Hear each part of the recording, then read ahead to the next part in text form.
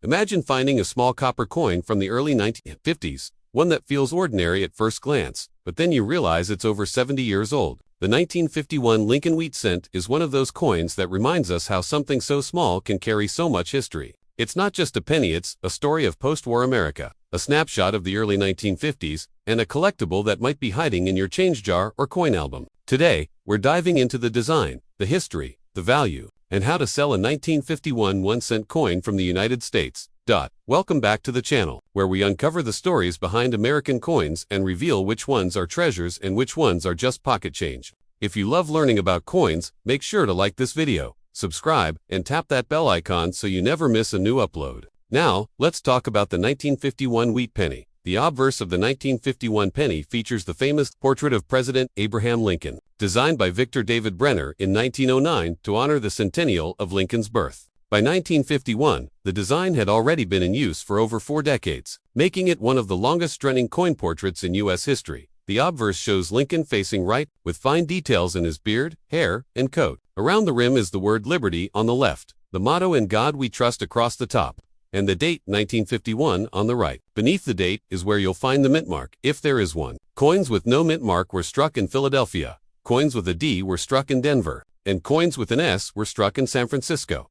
On the reverse, you'll see the iconic wheat ears design, also created by Brenner. 2 wheat stalks curve along the sides, framing the inscriptions 1 cent and United States of America. Above that is the motto E pluribus unum, which means out of many. 1. This design gave the coin its nickname, the wheat penny or wheat cent. It's simple, classic. It has become a beloved symbol of vintage American coinage. The 1950s were a fascinating time in America. The nation was experiencing the post-World War II boom. Families were buying homes and cars, and television was becoming a central part of daily life. Coins like the 1951 penny were in everyone's pockets, paying for groceries, gas, and movie tickets. Back then, a penny had real buying power. You could get a stick of gum or even a handful of candies with just 1 cent. Now let's talk numbers. In 1951, the U.S. Mint struck a huge number of pennies. Philadelphia produced around 284 million. Denver struck about 625 million, and San Francisco added another 136 million. That's over 1 billion pennies in total for the year. Because of such high mintages, most 1951 pennies are considered common. They're not rare like some early wheat cents, but condition and mint mark still make a big difference in their value. In circulated condition, meaning coins that have been used in everyday commerce and showware. Most 1951 pennies are worth between 3 and 10 cents each. Yes, they're worth more than face value, but not by much. Collectors usually want them in higher grades.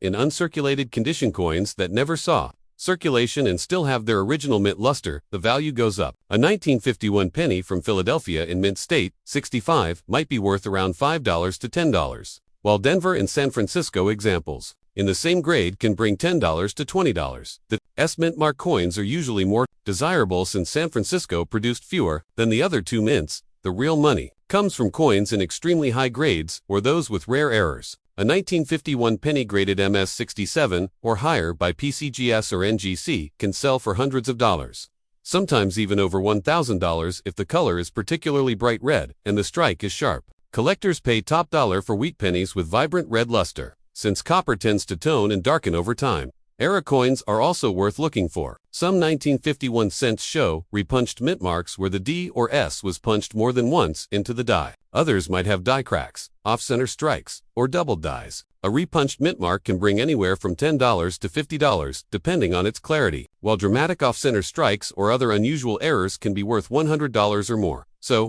how do you know if your 1951 penny is valuable? First, look at the mint. S coins tend to be scarcer than D coins. Next, check the condition. If your coin is bright, shiny, and shows no wear, it's much more desirable than a dark, worn penny. And finally, examine it for errors with a magnifying glass. Little details can mean big money. If you want to sell a 1951 wheat penny, you've got several options. Local coin shops are one of the easiest places to start, since dealers can give you an immediate offer. Coin shows are another great option, where you can shop your coin around to multiple dealers and collectors. Online platforms like eBay or heritage auctions allow you to reach a wider audience, but you'll need to take clear, high-quality photos of both sides of the coin to attract buyers. Be sure to mention the mint mark, the condition, and whether you believe it might have an error for coins that appear to be in very high grades.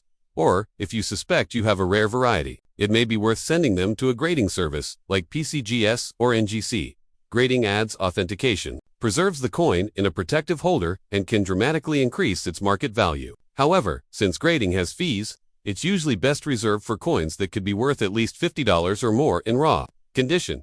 The 1951 wheat cent isn't just about value, though it's also about history. Each one of these little copper coins was part of America's everyday life during the 1950s. They were in the pockets of kids heading to the soda fountain, soldiers returning from service, and families saving up for their first televisions. Even though billions were made, each surviving coin connects us to that era. In conclusion, the 1951 1-cent USA coin may not make you instantly rich, but it's a wonderful piece of American coinage. In circulated condition, most are worth just a few cents. In uncirculated grades, they can bring several dollars, and in top condition, or with errors, they can be worth hundreds or even more. Whether you're collecting for history, for fun, or for profit, the 1951 wheat penny is a coin worth keeping an eye out for. If you enjoyed learning about the 1951 penny and its place in U.S. coin history, make sure to give this video a thumbs up, subscribe to the channel, and share it with your friends. Thanks for watching, and as always, happy collecting.